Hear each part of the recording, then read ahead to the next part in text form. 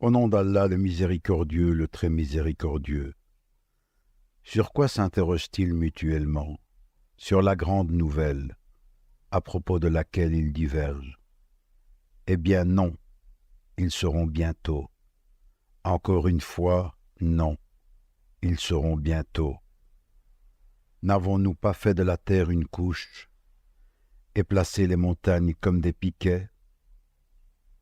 Nous vous avons créé en couple et désigné votre sommeil pour votre repos, et fait de la nuit un vêtement, et assigné le jour pour les affaires de la vie, et construit au-dessus de vous 7 cieux renforcés, et y avons placé une lampe, le soleil très ardente, et fait descendre des nuées une eau abondante, pour faire pousser par elle grains et plantes et jardins luxuriants. Le jour de la décision du jugement a son terme fixé.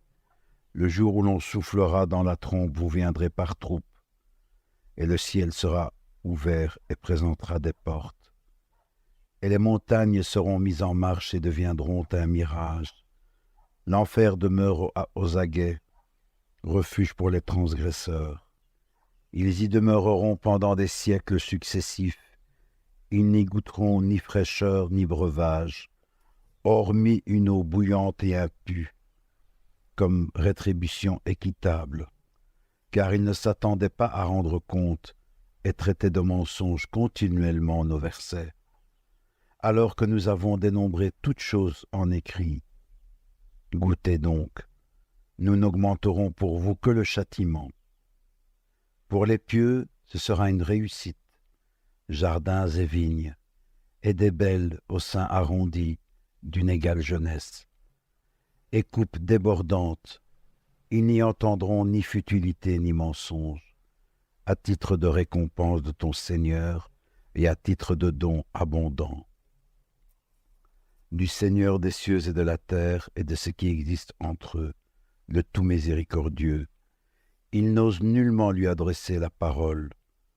Le jour où l'Esprit et les anges se dresseront en rang, nul ne saura parler, sauf celui à qui le tout miséricordieux aura accordé la permission et qui dira la vérité.